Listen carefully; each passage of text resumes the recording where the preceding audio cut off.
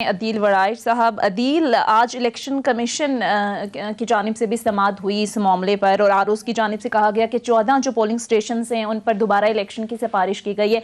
आपको क्या लगता है ये मामला सिर्फ 14 पोलिंग स्टेशन तक ही महदूद है या फिर जितने कंट्रोवर्शियल ये हो चुके हैं इंतखाबात, ये खासकर डस्का का, इसमें आपको लगता है कि पूरे के पूरे जो इंतखाब है पूरे के पूरे हल्के में इंतखाब दोबारा होने चाहिए जिस तरह से PMLN मुतालबा कर रही है?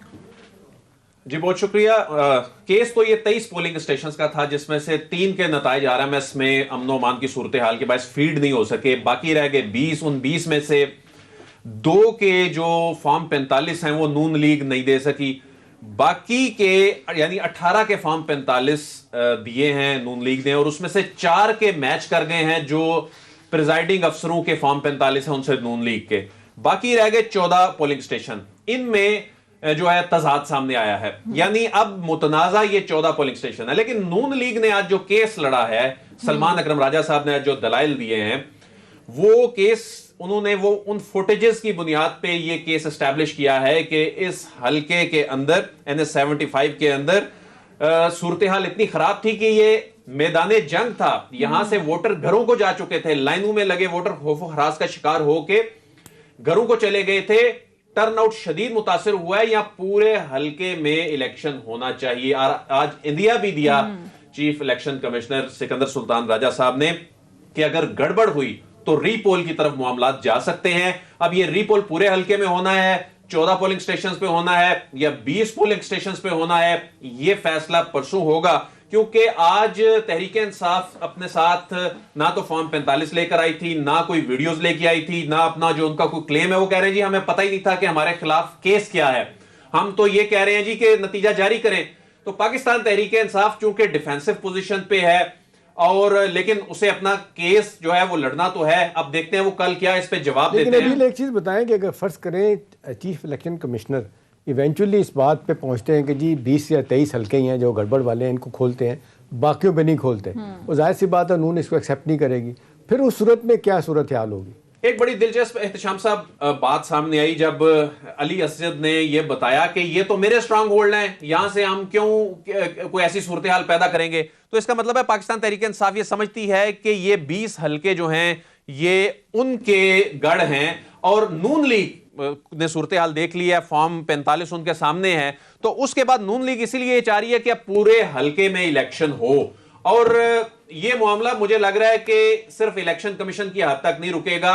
इलेक्शन कमीशन कोई भी फैसला देगा तो एक पार्टी इसको किसी बड़ी अदालत में शायद चैलेंज कर दे, क्योंकि जिस तरह आज बड़ी क़यादत उनकी दोनों जमातों की अहम लोग कमरा अदालत में मौजूद थे जो ये जाहिर कर रहे थे कि दोनों सियासी जमातें, ये 2 उम्मीदवार आमने सामने नहीं है, 2 सियासी जमातें आमने सामने हैं। और इस हवाले से अब तहरीक इंसाफ ने आज अपना केस बुनियादी तौर पे कोई लड़ा नहीं है। वो तो कहते हैं हमें मालूम ही नहीं था ये मामला क्या है, हम या हमारे खिलाफ दरख्वास्त क्या है।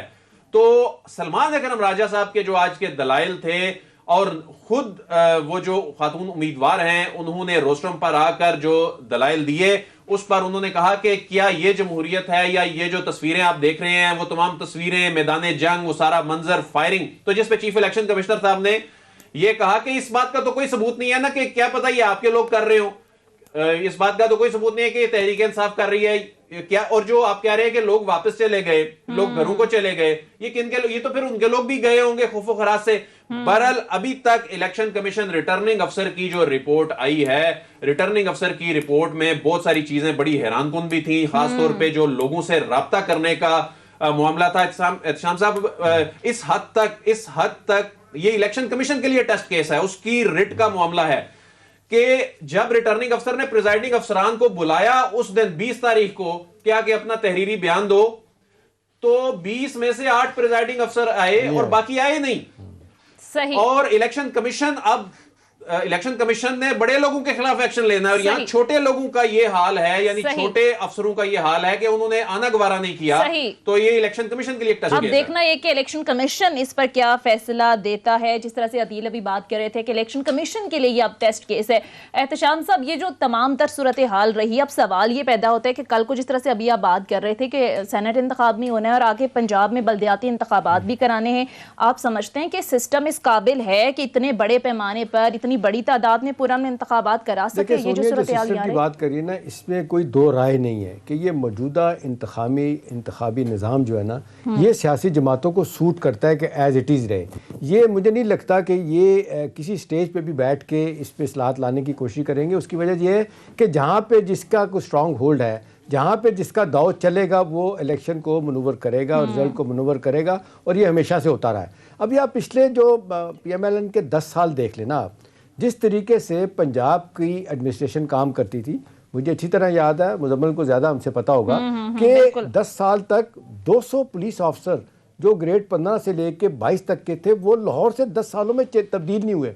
और फिर आपको मार्कतुल्लाह स्टेटमेंट याद होगा, चीफ मिनिस्टर पंजाब का इलेक्शन से चंद दिन पहले ब्यूरोक्रेसी से खिताब किया मुजम्मल साहब। उस वक्त उन्होंने कहा था मैं 15 दिन के अंदर अब वापस आ रहा हूँ, आप अपना काम जारी रखें, वापस आएंगे यहीं से शुरू करेंगे।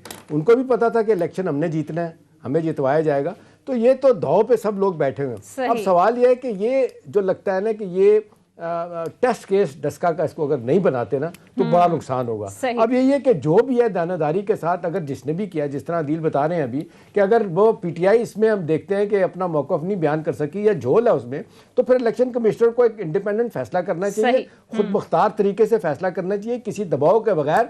अगर वो समझे कि जी सब पूरे हल्के में होना चाहिए या 23 हल्कों में, 23 में कहें, तो फिर मेरा ख्याल है PMLN को मानना चाहिए। फिर अगर फड्डा डाला गया तो फिर चीज़ें और खुलती चली जाएंगी। नतीजतन फिर लोग आएंगे कि नहीं जी इनके बस की बात ही नहीं है, एडमिनिस्ट्रेशन का काम ही नहीं है, फौज के पास जाया जाए, अदलिया फिर डिमांड करेगी, इलेक्शन कमिश्नर डिमांड करेगा कि जी जो हमेशा कहता रहा है कि जी फौज हमें दें, फौज के बगैर हम इलेक्शन नहीं करवा सकते। अब ये कह रहे हैं कि ये मामला फिर मजीद मुतनाज़ हो जाएगा। मुजम्मिल सर, वर्दी साहब, मैं आपकी तरफ आऊंगी। अभी ये सूरत हाल रही है, अब हुकूमत का बयानिया ये है कि जो अपोजिशन है ये चोर हैं, करप्ट हैं, इसलिए अवाम इनके साथ नहीं निकली। अपोजिशन का बयानिया ये रहा कि हुकूमत नालायक है, लोग अब इनसे तंग आ चुके हैं। ये जो ज़िमनी इंतखाबात जो हुए हैं अभी हाल ही में, इनके रिजल्ट्स को देखा जाए तो क्या समझते हैं आप, किसका बयानिया प्रिवेल करता नजर आ रहा है, हुकूमत का या फिर PDM का?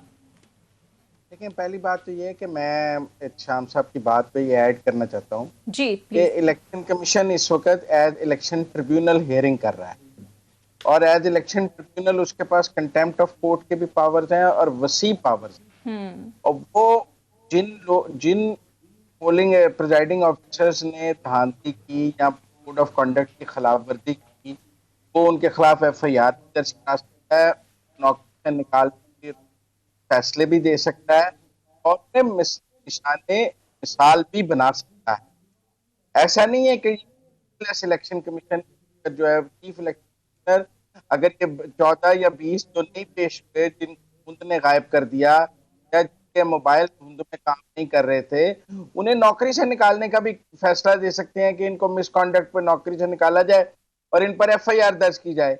और एक दफा अगर 4 प्रिजाइडिंग अफसर्स पे FIR हो गई तो आइंदा कोई ये सोचेगा कि मैं धांधली करूं, चाहे हुकूमत हो चाहे ऑपोजिशन हो, उसे पता होगा कि मेरी नौकरी चली जानी है, मेरा काम है फ्री एंड फेयर इलेक्शन कराना।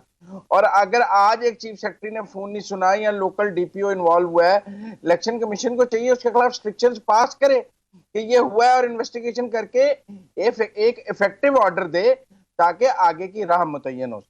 पहली बात तो मैं ये चाहता हूँ, और मैं समझता हूँ, मुझे उम्मीद है कि इलेक्शन कमीशन से इफेक्टिव ऑर्डर आएगा। ये मटीरियल बात है 23 का या पूरे हल्के में होगा।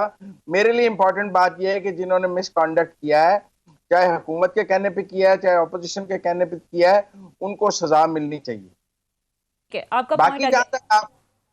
बाकी जहां तक आपने सवाल किया कि किसका बयानिया आगे चल रहा है, देखें, अगर इमरान खान साहब का आप प्राइम मिनिस्टर बनने के बाद दूसरा या तीसरा इंटरव्यू सुने तो उन्होंने ये कहा था कि मैं 2 साल बाद दोबारा इंतखाब कराना चाहता हूँ। शायद एहतशाम साहब को याद हो, उन्होंने कहा था कि मैं 2 साल बाद दोबारा इंतखाब कर। बात यह है कि तैयारी तो यही थी कि 2 साल बाद परफॉर्मेंस होगी कि दोबारा इंतखाब करा के आ जाए। अगर आज हुकूमत को ज़िमनी इंतखाबात लड़ने के लिए इतनी मेहनत करनी पड़ रही है कि उनके वज़रा इस्तीफे देके हल्कों में पहुंच रहे हैं, भाई इमरान खान के नाम पे वोट नहीं पड़ रहा, इलेक्शन मैनेजमेंट करनी पड़ रही है, तो कहीं ना कहीं तो प्रॉब्लम है। और मैं समझता हूँ कि इमरान खान साहब को बैठ के अपनी तमाम पॉलिसीज को रिविजिट करना चाहिए और पब्लिक पल्स को समझना चाहिए। ये उस्मान डार narrative को जिस तरह नोटिस जारी किया गया इलेक्शन कमीशन की तरफ से कि तुम स्पेशल असिस्टेंट हो, इधर क्यों फिर रहे हो, उसने फौरन ओहदा छोड़ के फिर वहीं आके बैठ गया वो। फिर वहीं बैठ गया ना। देखे ना, ये प्लेइंग विद द गैलरी वाली बात है, और ये माजी में भी होता रहा। मैं शाम साहब की बात से 100% मुत्तफिक हूँ कि पिछले 10 साल भी ऐसे होता रहा है। लेकिन मुसीबत ये है कि कहीं बंद तो सही। बांधना है ना।